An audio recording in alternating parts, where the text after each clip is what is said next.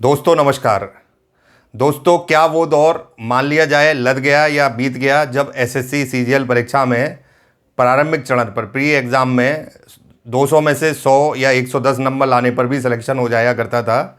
और अगर हम देखें वर्तमान के परिप्रेक्ष्य में, तो अभी एसएससी सीजीएल परीक्षा 2023 का जो परिणाम एसएससी ने कल जारी किया है, उससे बहुत सारे उम्मीदवारों को, बहुत सारे युवाओं को निराशा हाथ लगी है। क्यों? क्योंकि इसमें पहली बार जो कट ऑफ शो की गई है या दिखाई गई है, वो उम्मीदों से परे है, यानी आशाओं से विपरीत है। बहुत सारे एस्पिरेंट्स जो इस परीक्षा को दे रहे थे, ये कट ऑफ उनके सपने को तोड़ने वाली है। ऐसा क्यों हुआ दोस्तों? ये कट ऑफ इतनी क्यों बढ़ गई, ऐसी बुलंदियों तक पहुंच गई जिसकी किसी युवा ने उम्मीद तक नहीं की थी? इसके पीछे कई कारण हैं। आज के इस वीडियो में मैं उन्हीं कारणों को विवेचना करूंगा, डिटेल में बात करूंगा। आप मेरे इस वीडियो में अंत तक जुड़े रहिए। अगर आप एसएससी के किसी भी एग्ज़ाम में, खासकर सीजीएल एग्ज़ाम में परीक्षा देने का मन बना रहे हैं या परीक्षा भी दे रहे हैं, तो आगे आपकी क्या रणनीति होनी चाहिए? क्या ये कट ऑफ आपके लिए एक निराशा का संकेत है? आपको इस परीक्षा के बारे में सोचना बंद कर देना चाहिए? ऐसे ही सारे प्रश्नों का जवाब मैं आपको इस वीडियो के माध्यम से देने की कोशिश करूँगा। सबसे पहले हम शुरुआत करते हैं सीजीएल परीक्षा की। 2010 में जब एसएससी ने इसको फुली ऑब्जेक्टिव बना दिया था, तब बहुत सारे स्ट्रीम के स्टूडेंट, पहले नॉर्मल ग्रेजुएट ज़्यादातर ये परीक्षाएं दिया करते थे।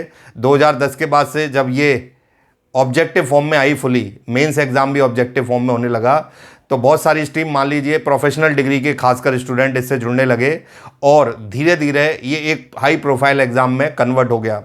आज की डेट में मैं भी पर्सनली, व्यक्तिगत रूप से ऐसे बहुत सारे कैंडिडेट्स को जानता हूं जिन्होंने बहुत बड़े लेवल पे, इवन कैट लेवल तक की तैयारी की है, और वो वहां से क्विट करके एसएससी में आके परीक्षा देके और बहुत अच्छी पोस्ट लेके चले जाते हैं। अभी वर्तमान में जो एसएससी ने रिजल्ट डिक्लेयर किया है 2023 का, ये प्री एग्ज़ाम का, पहली बात तो इस परीक्षा का रिजल्ट थोड़ी देरी से आया है। अभी जिसका रिजल्ट आज डिक्लेयर किया गया है, अगर हम देखें तो एसएससी ने 25 से 27 अक्टूबर मेंस एग्ज़ाम की डेट निर्धारित की है। तो इसका मतलब लगभग 30 दिन का ही समय मिलेगा आपको उस परीक्षा के लिए प्रिपेयर्ड होने के लिए, या उस परीक्षा में बैठने के लिए जिनका इस परीक्षा में सिलेक्शन हुआ है, जो मैं नहीं मानता एक पर्याप्त समय है। कम से कम 45 to 60 डेज इसके लिए मिलने चाहिए। अब चूंकि ये निर्धारित कर दिया गया है और अभी भी ये केवल कट ऑफ्स हैं, एक्चुअल मार्क प्रति स्टूडेंट के अभी आगे चल के डिक्लेयर किए जाएंगे। इस रिजल्ट में कई सारी चीज़ें चौंकाने वाली हैं। सबसे पहली बात तो इसमें 4 लिस्ट डिक्लेयर की गई हैं अलग अलग।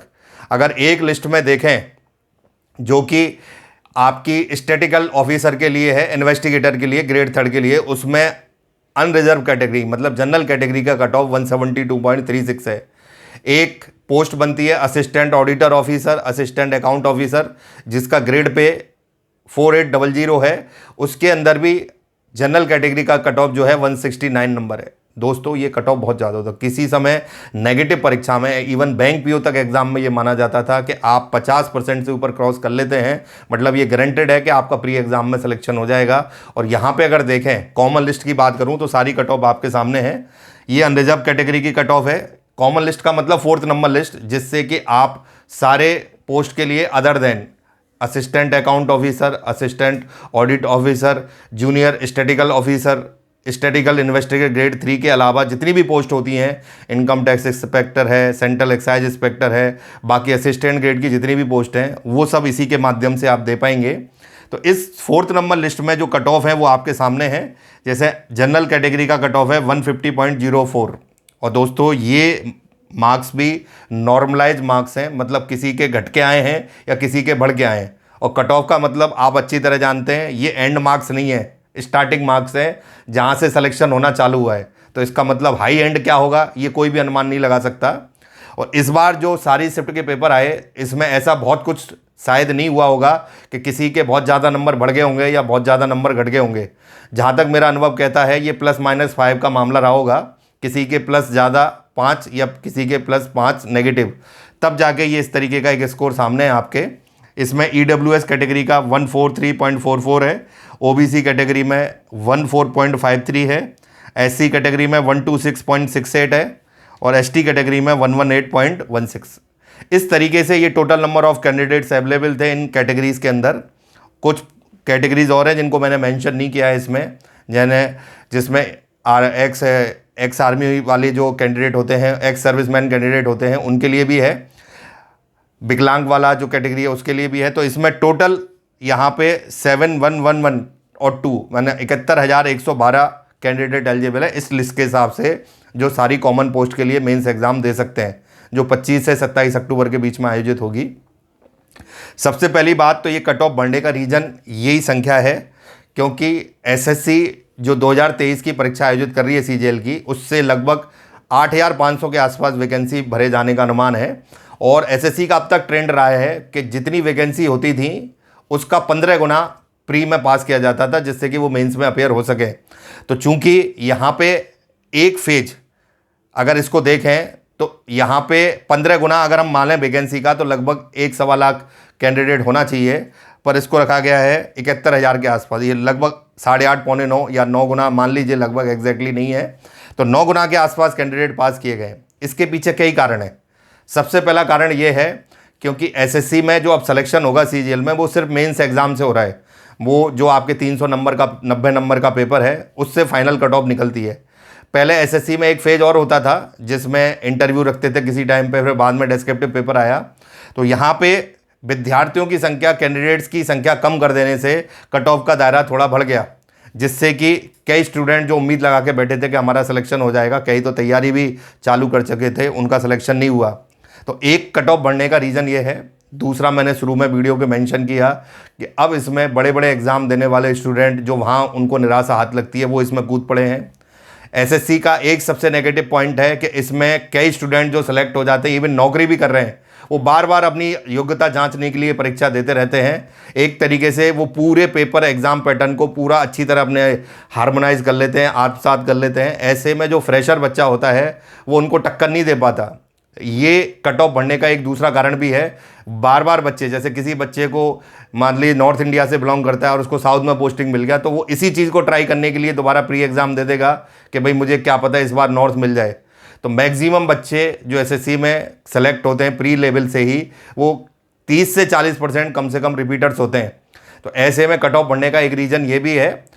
आगे चल के चूँकि ये एग्ज़ाम बहुत व्यापक होता जा रहा है, जिसके कारण आपको मिनिमम ना देख के मैक्सिमम की ओर देखना है।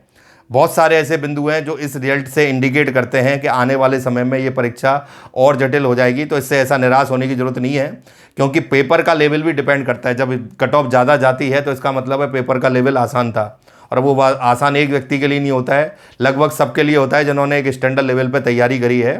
तो आप में से जिन बच्चों का सिलेक्शन नहीं हुआ है वो निराश ना हो, अगले आने वाली प्रोसेस के लिए अभी से तैयार हो जाएं और ये देखें कि हम कैसे हर सेक्शन में, अगर इस कट ऑफ का एवोल्यूशन यहाँ से करें या यहाँ से करें, तो जो आंकड़ा मेरे सामने निकल के आता है वो ये है कि हमें 30 से लेके 40 क्वेश्चन के बीच का एक स्कोर पकड़ना पड़ेगा हर सेक्शन में। मतलब अगर ऑन एन एवरेज मान लें हर सेक्शन में 30 से 40 नंबर का एक वेटेज लेके चलना पड़ेगा। मतलब 18 से 20 क्वेश्चन, 17 से या 20 क्वेश्चन के बीच का एक क्राइटेरिया फिक्स करके चलना पड़ेगा सीजीएल प्री के अंदर, चाहे वो मैथमेटिक्स हो, रीजनिंग हो, इंग्लिश हो या जीके हो। तो आप उसी हिसाब से अपनी रणनीति को तय करिए, जिससे आगे आने वाले एग्ज़ाम में आपको निराशा हाथ ना लगे। इस कट ऑफ को देख के आपको निराश होने की ज़रूरत नहीं है, क्योंकि जहाँ पे बहुत सारे बच्चे जुड़ते हैं, कंपटीशन ज़्यादा होता है, क्वालिटी एजुकेशन जुड़ती है, बहुत सारे बच्चे जो हाई लेवल से प्रिपरेशन करके आए होते हैं, उसके कारण एग्ज़ाम का कट ऑफ जंप करना स्वाभाविक है।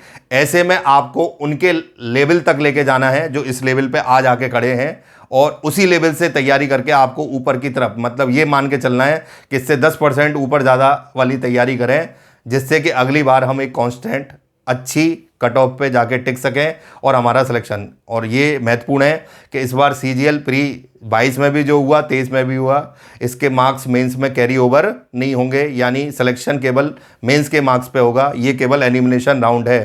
तो ऐसे में बहुत सारे बच्चे निराश भी हो जाते हैं, क्योंकि यहाँ अगर उनका सिलेक्शन नहीं होता है तो उनके लिए परीक्षा का अंत यहीं पर हो जाता है।